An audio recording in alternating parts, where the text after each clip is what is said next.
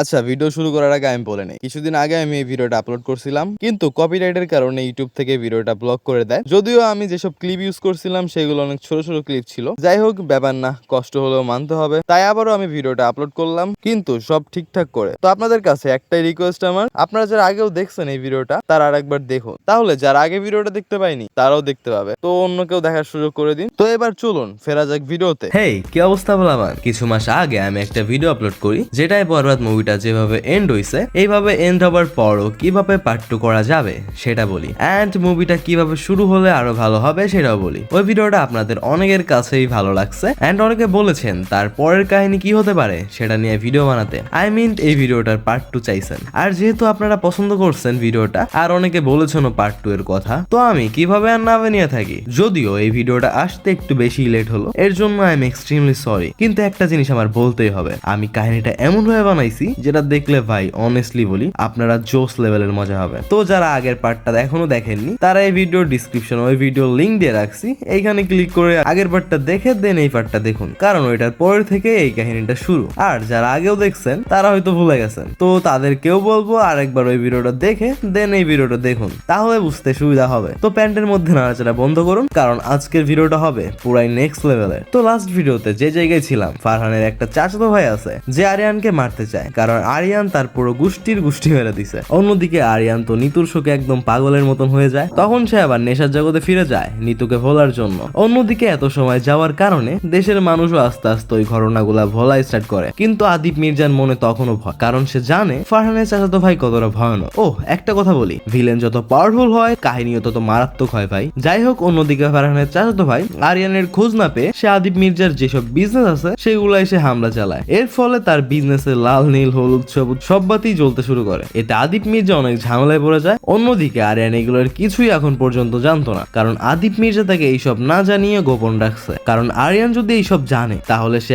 আবার এইসব ঝামেলায় জড়িয়ে পড়বে, এতে যাও বা আস্তে আস্তে সব ঠিক হচ্ছে সবকিছু একদম ধ্বংস হয়ে যাবে। অন্যদিকে আদিপ মির্জা ফারহানের সেই চাচাতো ভাইয়ের সাথে একটা মিটিং ফিক্স করে এবং সেখানে সে ফারহানের সেই চাচাতো ভাইকে বলে, আমি তো তোমার পরিবারকে এখন ফিরিয়ে এনে দিতে পারবো না, কিন্তু তাছাড়া তুমি যা চাও আমি তোমাকে তাই দিতে পারবো। তারপর তাদের মধ্যে আরো কিছু কথা হয়। তারপর ফারহানের সেই চাচাতো ভাই বলে রক্তের বদলে রক্ত, এটা বলেই সে একটা ছুরি আদিপ মির্জার গলায় ঢুকিয়ে দেয়, এন্ড আদিপ মির্জার সাথে যত বডিগার্ড আসছিল তাদের সবাইকেই সে মেরে ফেলে। তখন আমরা বুঝতে পারি ফারহানের সেই চাচাতো ভাই কতটা ভয়ানক, আর সে আরিয়ানকে মারার জন্য কতটা দূর পর্যন্ত যেতে পারে। অন্যদিকে আরিয়ান সব জানতে পারে, এন্ড যখনই সে জানতে পারে তখনই সে জিল্লুর হাতের মাল খেয়ে চলে আসে দেশে। আর তখন সে তার বাবার কবরের সামনে দাঁড়িয়ে প্রতিজ্ঞা করে যে তার বাবাকে যারা মেরেছে সে তাদের সবাইকে বরবাদ করে দেবে। এন্ড এইখানেই সুন্দর করে লেখা আসে ইন্টারমিশন। এখন আরিয়ানের সামনে তিনটা ঝামেলা আছে, একটা তার বাবার বিজনেস গুলোকে আগানো, আর একটা নিতু হত্যার জন্য দেশে যেসব ঝামেলা হচ্ছে সেইগুলা থেকে বাঁচা, আর সব থেকে বড় ঝামেলা যেটা সেটা হচ্ছে ফারহানের সেই চাচাতো ভাই। কিন্তু যেহেতু আরিয়ান মালখোর, তো সে প্রথমে এই দুইটা জিনিস নিয়ে চিন্তা করে না, সে সোজা ফারহানের সেই চাচাতো ভাইকে মেরে তার প্রতিশোধ আগে নিতে চায়। কিন্তু তখন জিল্লু তাকে বলে,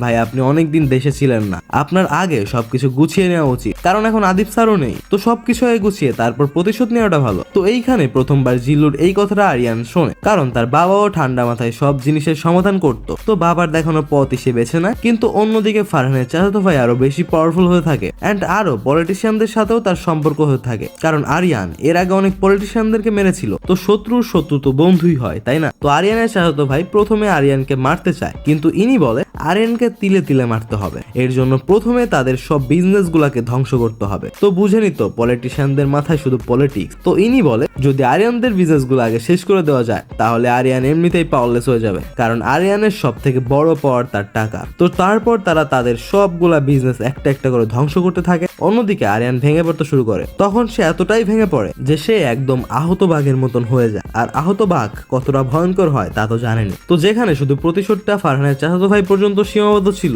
সেখানে প্রতিশোধটা বিভিন্ন পলিটিশিয়ান পর্যন্ত চলে যায় এবং তার প্রতিশোধের আগুনে ঘি ডালে ফারহানের সেই চাচাতো ভাই, কারণ সে তার বাড়িতে হামলা করে, এতে আরিয়ানের পুরো পরিবারই শেষ হয়ে যায়। তো যখন এটা হয় তখন আরিয়ান আর চুপ থাকতে পারে না, সে সবকিছুর চিন্তা বাদ দিয়ে বের হয়ে যায় প্রতিশোধ নিতে। তো প্রথমে সে ফারহানের সেই চাচাতো ভাইকে মারতে চলে যায় তার বাসায়, সেখানে আমরা জোস লেভেলের একটা ফাইট সিন দেখি। লাস্টে অনেক ফাইটের পর অনেক ঝামেলার পর তাকে মারতে সফল হয় এবং তার মাথা কেটে নিয়ে চলে যায় সেই পলিটিশিয়ানের বাসায়। তো সেখানে সে তাকে একটা গিফট বক্স দেয়, যেটাই সে মাথাটা রাখা ছিল। তারপর সে ওইখান থেকে বের হয়ে চলে যায়। তখনই সে পলিটিশিয়ান বলে, ও আমাদের জন্য একটা বড় থ্রেট, আজ ওকে মেরেছে, কাল আমাদেরকেও মারবে, তারপর পুরো দেশের মানুষদেরকে। তখন সে একটা নতুন ফাইল রেডি করে, যেটা এই পর্যন্ত ফারহান যা যা করেছে সেইগুলোর লিস্ট ছিল। এন্ড সবাই এইটা দেখে অবাক হয়ে যায় যে সেখানে পুরো একটা ফাইলের স্তূপ হয়ে গেছিল। এন্ড নতুন একটা স্পেশাল ফোর্স রেডি করা হয় তাকে মারার জন্য। অন্যদিকে দেখানো হয় চেয়ারে বসে ফারহান চিল মুডে মাল খাচ্ছে এন্ড সামনে তার অস্ত্র দিয়ে ভরা। আর যদি এই সিনটায় একটা জোস লেভেলের বিজিএম বসানো হয়, ভাই লিটারালি শরীরে গুজবাম এসে যাবে। তো তারপর সেই স্পেশাল ফোর্স যায় এন্ড অনেক ফাইট হয়, কিন্তু লাস্ট পর্যন্ত ফারহান আর পারে না, তাকে মেরে ফেলা হয়। এখন একটা জিনিস বলি, আমি কোনো প্রফেশনাল মুভি স্ক্রিপ্ট রাইটার না, তো আমি চেষ্টা করেছি যতটা সম্ভব ভালো করার। আর সময়ও কম, তাই অনেক কিছুই হয়তো ভালোভাবে মিলাতে পারি নাই এবং আরো কিছু অ্যাডও করতে পারি নাই। আর অনেকে বলতে পারেন এতটুকু কাহিনীতে কি মুভি করা যায়? আসলে আমি শুধু বললাম যে এমন এমন করে হলে ভালো লাগবে। এখন সব ছেড়ে দিলাম আপনাদের ওপর, যে আপনাদের কাছে কেমন লাগছে। যদি ভুল হয় আমাকে ক্ষমা করে দিবেন, আর যদি ভালো লাগে তাহলে ভিডিওটা সবার সাথে শেয়ার করে দিন, আর ভালো একটা কমেন্ট করে ভিডিওতে একটা লাইক করে চ্যানেলটাকে সাবস্ক্রাইব করে দিন। জাস্ট এইটুকুই চাই আপনাদের কাছ থেকে। তো আজকের মতন এই পর্যন্তই, দেখা হচ্ছে নতুন কোনো আরো একটা ভিডিওতে। ততক্ষণ ভালো থাকবেন, সুস্থ থাকবেন, আল্লাহ হাফেজ। আরে মিয়া বোকা চোদার রমদারায় রইলা কেন? সালাম দাও, সালামি নাও।